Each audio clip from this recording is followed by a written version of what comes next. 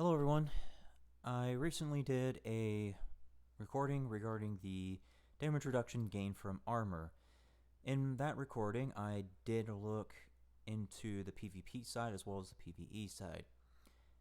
I want to further this by having a separate discussion regarding the weapons. One of the things that drives me absolutely nuts is in any game there's always going to be those people who drive the meta so hard and use their name to drive it further. New World's no exception to this. I've bashed on Call of Duty, Modern Warfare a ton of times because of all these people pushing, X weapon when the data doesn't support said reason for using it. And New World is starting to become the same as Call of Duty in certain regards. The community is not as toxic, but that whole driving the meta thing is. Okay, so let me go ahead and just kind of summarize everything first. You'll notice I've had this PC Games N article up, and their list is pretty much the same as everyone else. Their reasoning is going to be different than the other people who've made lists, though, so let me just conclude this. Right, so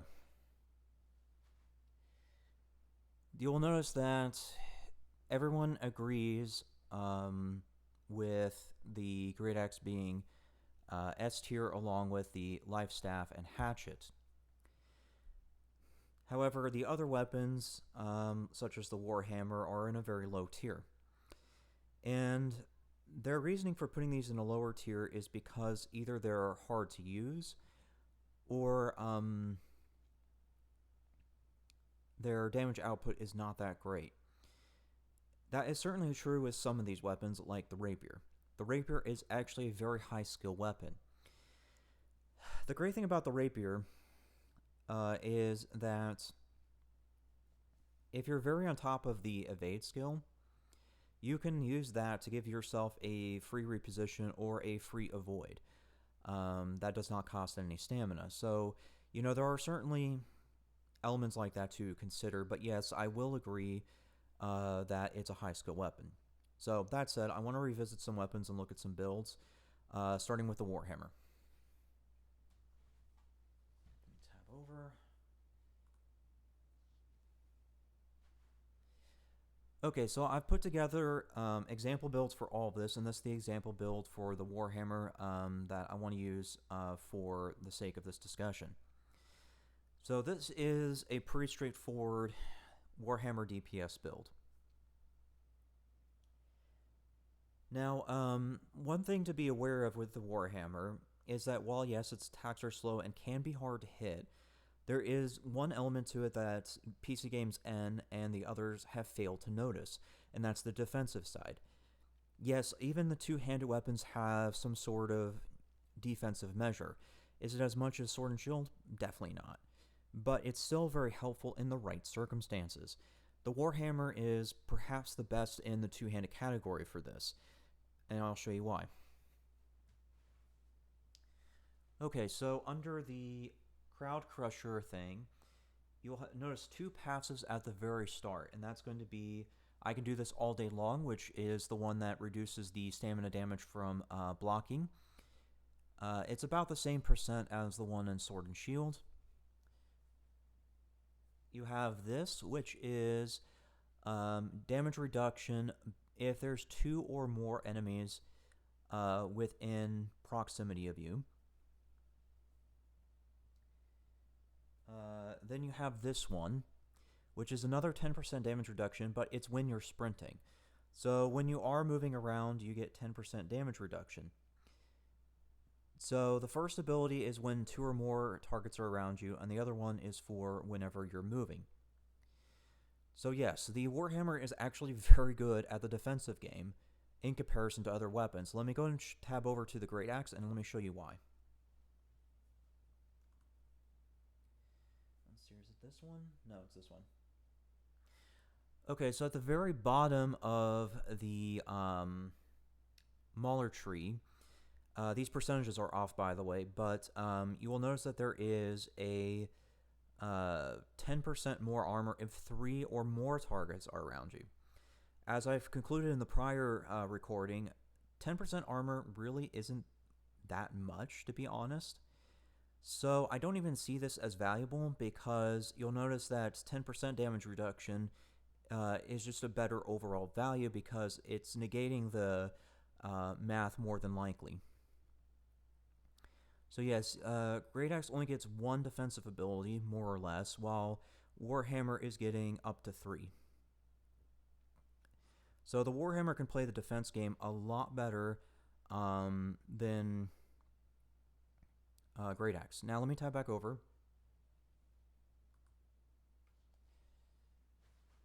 Okay, so where am I going with all this? Well, the reason I'm pointing out these defensives is because, yes, I agree that the Warhammer is going to be harder to hit, but that is not the main point of it. The other great thing about the Warhammer is its ability to take damage, so long as you're like in a crowd scenario. The whole point of Sword and Shield is to tank, but Warhammer can do it just as effectively in groups because it's not reliant on the shield blocking. You get 10% damage mitigation just for flinging yourself into a group of enemies. And if you're chasing, let's just say, an archer or a musket, then you get 10% damage reduction while chasing them down, making it much harder to kill you. So the whole point to a Warhammer isn't just doing damage, it's also being a bully. Your entire objective is to either scare ranged users or to fling yourself in a group and just be an absolute menace. So yes, Warhammer is very defensible. So let me tab over to another example. 1 second. Let's see, is it this tab? No, it's this tab. Okay. Wait, do I have... Okay, yeah. Okay, so I had to tap around because I forgot where all the tabs were. But here's the example build for Spear. So the reason I need to bring up Spear is because, again, it's one of the lower tier weapons, and I seriously disagree with it. Their reasoning for Spear being a lower tier is because they said that people can predict your abilities like Lake Sweep. Okay, fine, whatever. If they predict your Lake Sweep, no big deal, so you miss a shot, whatever. You have plenty of other abilities to work with. You could do Vault Kick if you really wanted to, or any number of things. But the thing that I need to point out here is that as far as critical chance goes in this game, the Spear has the highest potential for it. So even if you're not using your abilities to a certain degree, the Spear has a very good potential for criticals. So it has a big damage element, and that ties into, well, I should say a good chance for additional damage. So it has a good chance for additional damage, and that additional damage actually applies to your defense. And I'll try to explain this. So let's look at the abilities. Okay, so under here, this very first ability, you get 5% chance to crit on line attacks, which is what you're going to be doing most of the time anyways. And that's because you have your reduced cooldowns on line attacks over here. But anyways, once you get down to here, you get exposed wounds, and that's 15% critical chance against targets that are bleeding.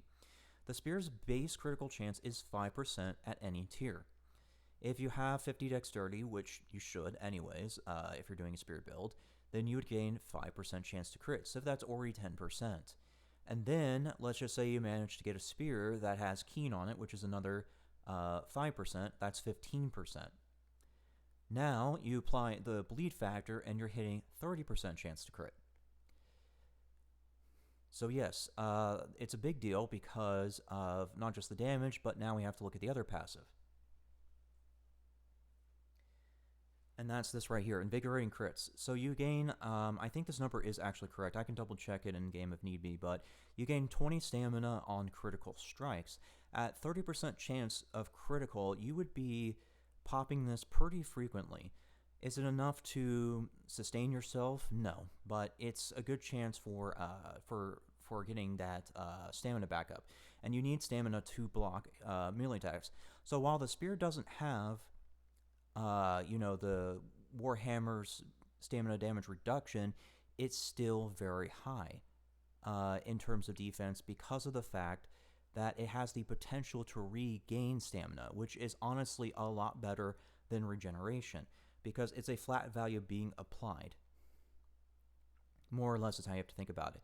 So yes, while the Spear is kind of predictable, you have to understand that its auto attacks are pretty gnarly, especially if the target's bleeding.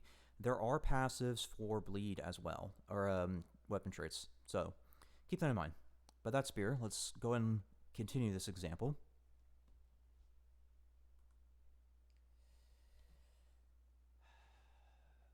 Okay, so now that we've kind of gone over defenses a little bit, at least for the two-handed side, I need to talk about the musket because this ties into the sword and shield. It was mentioned earlier, and yes, it does have a lot of defenses, but we'll get into that in just a minute. I need to show you something so you can understand how valuable sword and shield is in comparison to what you're seeing over here. Right, okay. So under musket, the trapper tree, you have weakened defenses. I mentioned it in my past recording. It's the one that says it does 10% armor penetration and does 50 stamina damage to the target.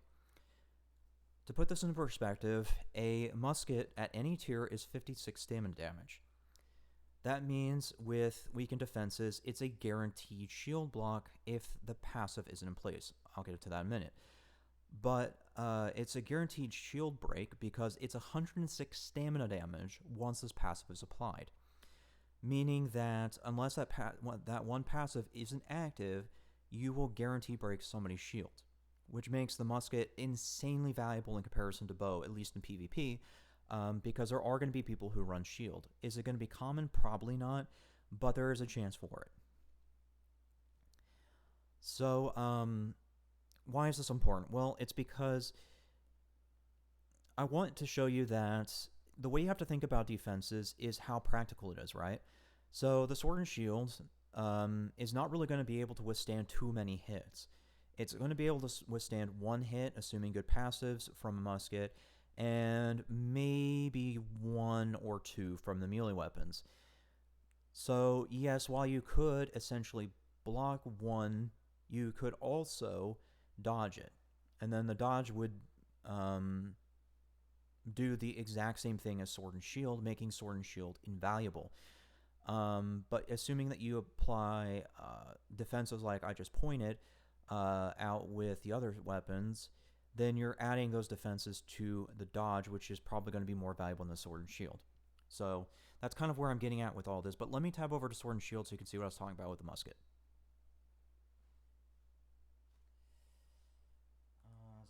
Yes, okay. So we need this passive right here. Yes. This number is actually off, but high grip is 15% stamina damage reduction when blocking ranged attacks. This is what I was referring to with the musket. You have got to have this with sword and shield in order to stop a musket hit that has weakened defense. Because normally the damage would be 106 stamina, but with this it would bring it down to 95, leaving you with 5 stamina left after the hit. So this is the only way to really deal with a musket with sword and shield. And again, honestly, if you do the math, it's more valuable to use a dodge, assuming that you can time that. Because with the dodge, it's going to take far less stamina to do that than it would with the shield. The other thing, too, you have to keep in mind is that all the other weapons that I just listed are going to do more damage than sword and shield in terms of just raw damage. And that's pretty obvious because if you look at the passives, even if you were to do, this sword master type of loadout, your DPS would still be behind spear and all the other ones. So you're taking a pretty big damage reduction for really one block. That's really what it boils down to. The only redeeming factor of sword and shield is defensive stance, which is the one that says it decreases the damage taken by 30%, and if your health is above 50%, I think it is, and it goes up to 50% damage reduction. So the only redeeming quality here really is going to be that. There are ways that you can, I guess, make it more viable, but even then, I don't think that it's really going to be all that valuable in the long run, because you could take the life staff with Sword and Shield because of its recuperation ability, which is that bottom passive that says you gain 10% more from healing and all regeneration effects. So it works really well with life staff, so I guess you could just out heal them, and that would make you more sustainable in certain regards, but yeah, I don't know how well that's going to work. So yeah, just kind of some things to think about. So conclusion, I don't agree with portions of these articles or tier listings or the meta, because it's pretty easy to see that there are other weapons that still have value in the game, and I think that they shouldn't be ignored. That's all I have to say. Thanks for listening.